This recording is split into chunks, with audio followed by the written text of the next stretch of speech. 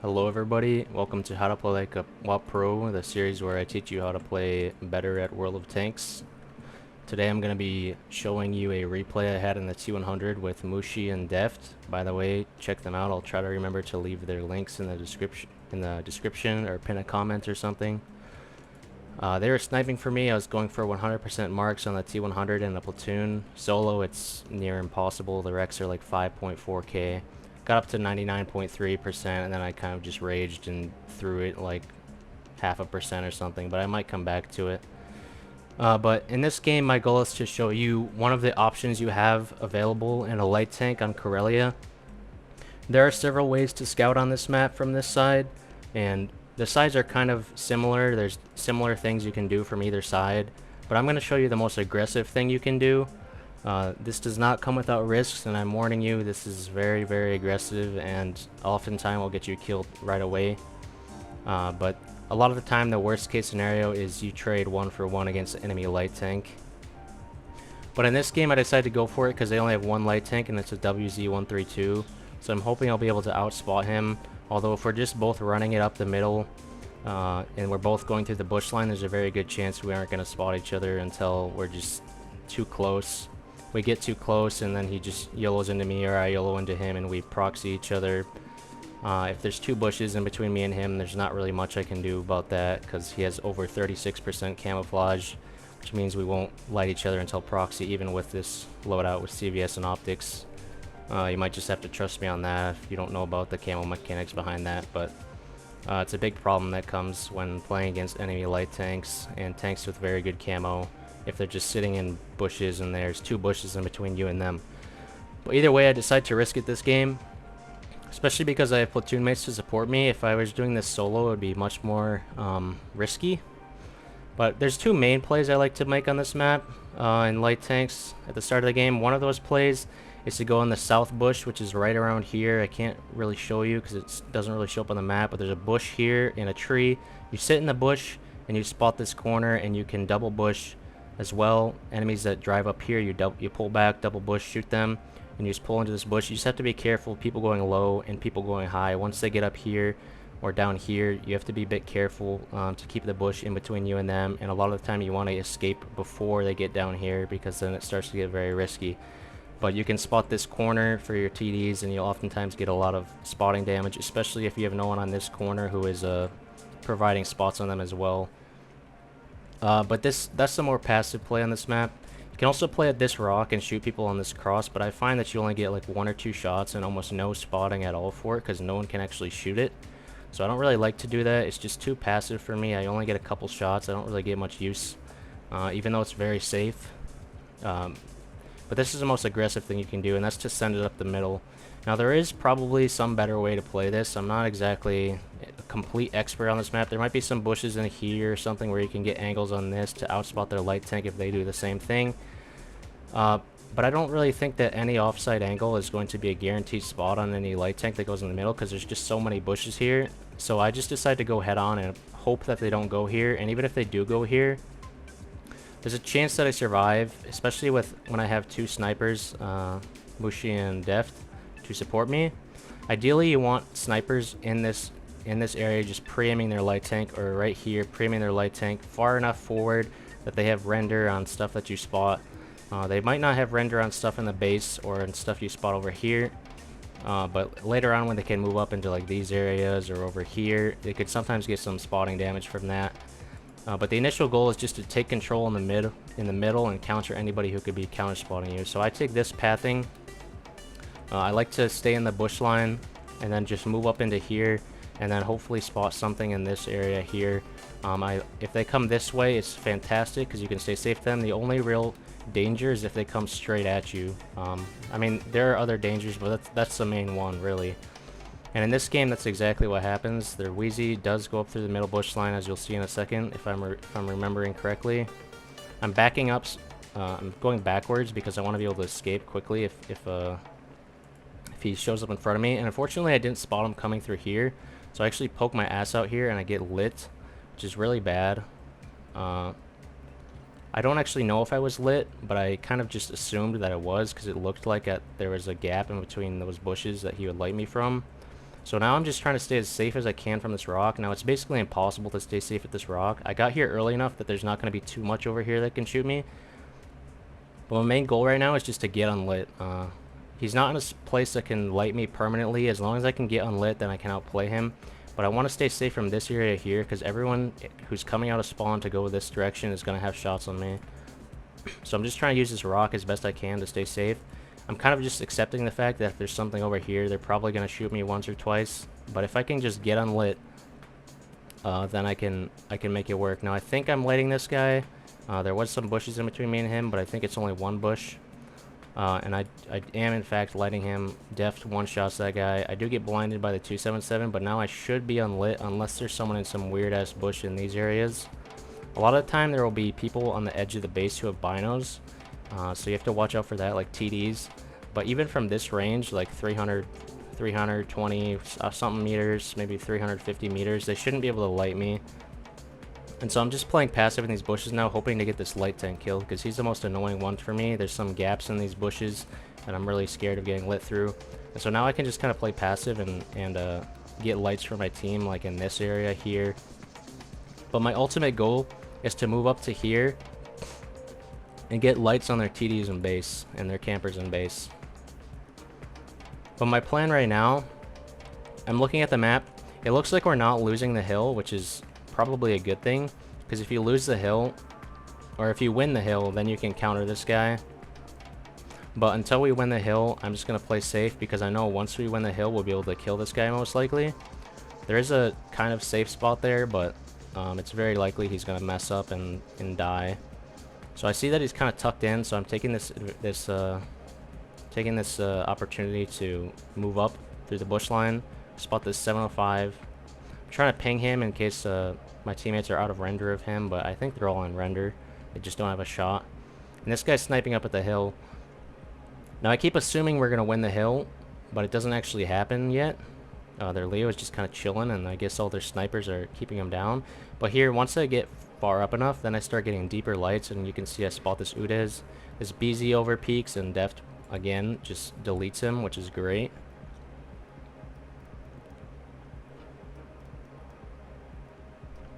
And for now, I'm just chilling. I don't feel comfortable moving up further into these bushes because I'm afraid the Wheezy will light me, or some weird angle from their base, like over here where the Udez is, will spot me on this cross here. And there's not really any reason to move up yet. I could get more spotting, but I can always just get that spotting later on after we kill this light tank, and it's safer to do so.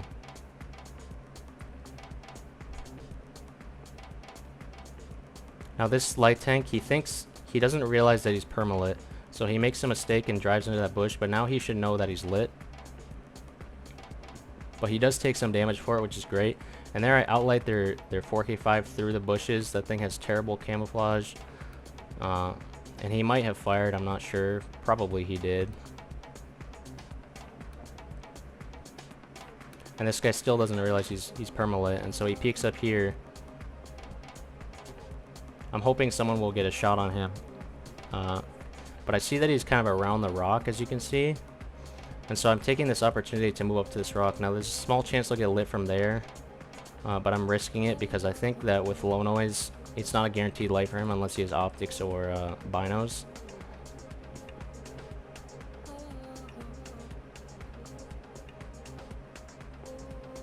I see that we're winning the north, and I'm really just hoping that we'll win the hill soon, because there's so much potential that the hill can snipe down on these guys and just completely destroy them and give me a ton of spotting damage. I'm considering double bushing on this guy, but I'm pretty sure I'll get lit, and I don't want to risk it because I'm in a great position right now. I see that there's a tree in the way and I'm not lighting him, so I back up in the bushes to get a different angle just to keep him lit. He should see that he's getting lit now, so he'll probably try to stay safe.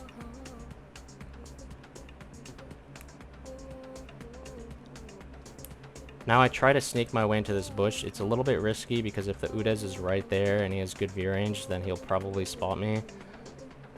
But I decide to risk it because I see... Well, it's debatable whether I should be risking it right now. I'm just pretty confident in the T100 because of how good my camo is, honestly. If you're over like 240, 250 meters away from most opponents, they won't light you unless they have like 470 plus meters view range, which I don't really anticipate the Uda's having. But it is kind of just a gamble, because if he has the right equipment, he will light me. But I'm kind of under the impression that he's not even still there, because I feel like I would have lit him, because he hasn't shot. If he would have shot, I would have lit him. So he would have had to have just been sitting there, AFK basically, if he was still there. Now I'm thinking about doing a very aggressive play. I want to move up to this rock, and I want to make my way into their base. Now this is something you can do from both sides. After you've kind of cleared most of the middle, and you have teammates who are in position to support you, especially from the hill, you can YOLO into spots like this, this spot, although that's a little bit more risky, and then you're kind of safe there.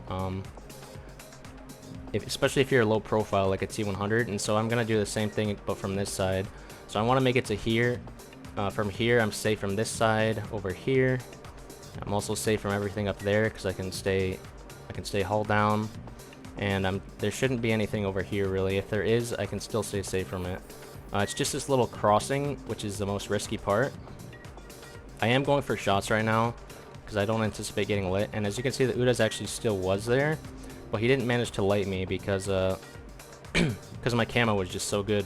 Now Sturf comes out of nowhere, which I didn't anticipate, so I'm trying my best to get safe from him. I'm going for a tracking shot, and I managed to get safe here. If they had something over here, then this would not be a good play, but I was pretty confident they didn't have anything. He would have been lit by now in the battle. So although I didn't get to this position, which I think is probably better, this position, considering they have nothing over here, is also completely fine. Now I know the 4K is still back there, so I want to be a bit careful of over peeking, and I almost make a mistake here. If this guy was ready for me, he could have killed me, because I am a one-shot. I should have just gotten unlit before peeking this. That was too aggressive. But I see he's running, and he isn't really paying attention to me, so I managed to get in a free shot. And I'm hoping that some of our snipers here will get side shots on him. I see this game has high potential. I'm hoping if this 4K pokes, then my team will just kill him. This is still probably too aggressive. I should wait to get unlit before taking these bushes, but I want to get in these bushes because that will give me more spots over here, especially behind this rock where the 121B is playing. At least I think I can light that from there. And it'll also give me a better angle on this 4K if he's in this area. If he pokes, I will spot him. This is still another risky play, and so I back into the bush cautiously.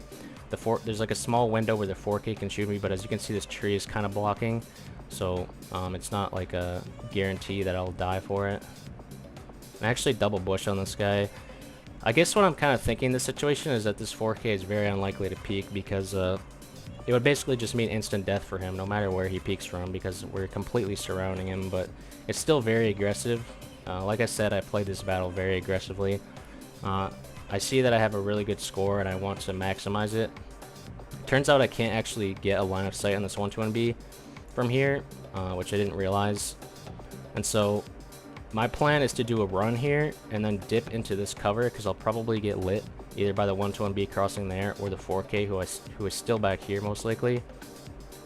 And so I just want to do a run here and spot him for all of our guys in the south who could potentially hit him. And I do get the light out on him. I get a shot as well, and there's the 4K. Again, this is pretty risky, but I'm quick enough. The 4K does not have good on-the-move dispersion, and again, it's possible that I could have died there if they had someone like right here, but I just risked it. The game is almost over. I want to get like a 15K combined game this game. Right now I'm just using the bushes to poke up here, see what I can light. And this guy crosses back to the base, which is great for me because he's completely in the open to our guys on hill, and I can get shots myself because I'm in a good hold on position. Now here's where I make the biggest error in this game. This is very, very aggressive. I'm a one shot, so basically this was just a dumb play. I died at A phase 1. I was hoping to get safe like in here, I guess, or just hoping that he wouldn't pay attention to me, but this was just a dumb play. It was way too aggressive. If you haven't noticed already, I play my light tanks extremely aggressively, and a lot of the time it works. just because, I don't know, I'm in an EBR or T100, which can do really stupid things, and a lot of times get away with it because of how small they are, how fast they are, but a lot of time it does come back to bite you. But as you can see, up until this point, the aggressive play was working well. I got 3,000 damage. If I just played passive and not shot at all, then I probably wouldn't have much damage. I'd have like 1,000 or something. But it's just how I like to play light tanks. It's definitely not the best way to play light tanks if you're not like very confident in what you're doing. If you're especially new to light tanks, you should play much more passive, because these kind of risks, you need to know what you can get away with and what you can't. And even when I think I can get away with it, a lot of the time it just doesn't work out and I get punished for it. It's kind of just a risk versus reward kind of thing.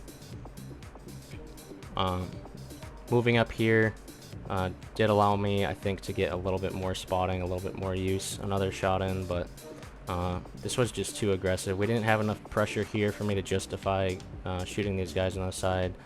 But I think I actually could have avoided this problem entirely anyways if I had just gone here, shot him once, and then dipped down into here and kept this rock between me and him.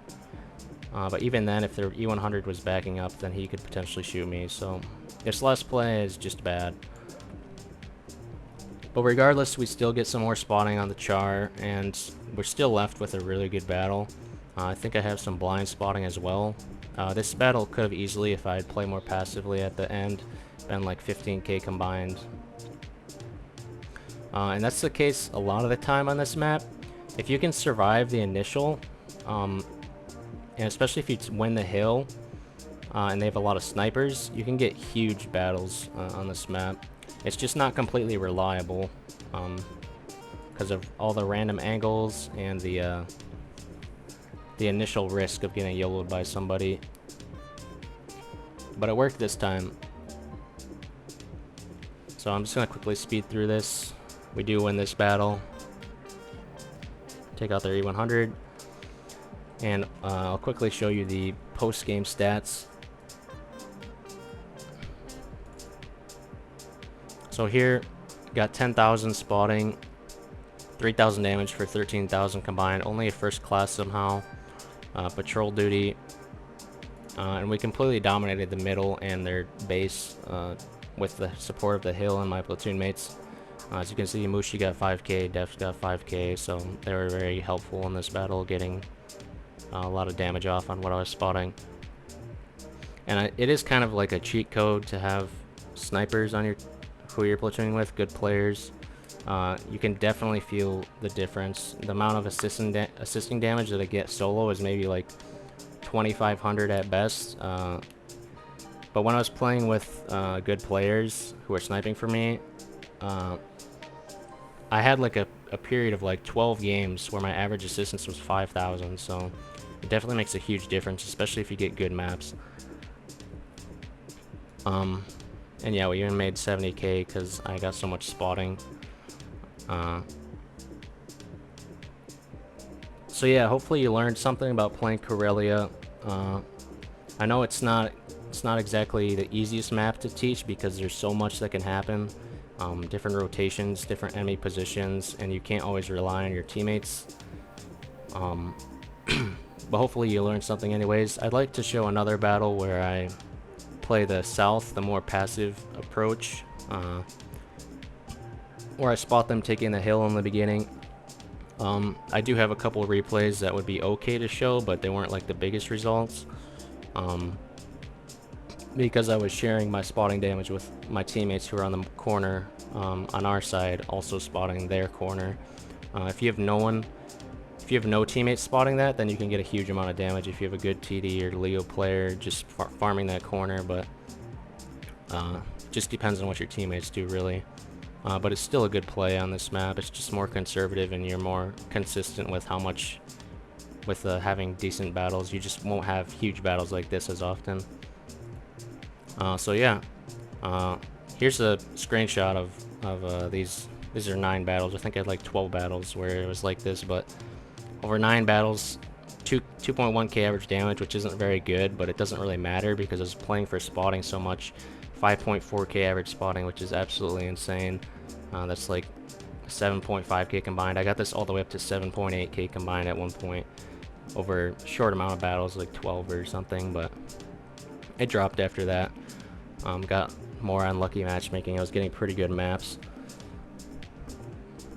But anyways, that'll be the end of this video. Let me know what you think about these spotting tutorials on different maps. Releasing another video, I don't know if it will be before this one or after this one, on Malinovka, where I show you how to spot. Let me know if you want to see more of those type of videos, or if you'd rather see different content or more live commentaries and whatnot, or just different tank classes. But I just really like playing light tanks, so I like to show off this kind of gameplay. That's pretty much it. Thank you for watching. Remember to like and subscribe if you enjoy this content and it helps you, and please share it with people who you think it might also benefit, like your clanmates or friends. And if you already do that, thank you. I really appreciate it. That's it for now. I'll see you next time.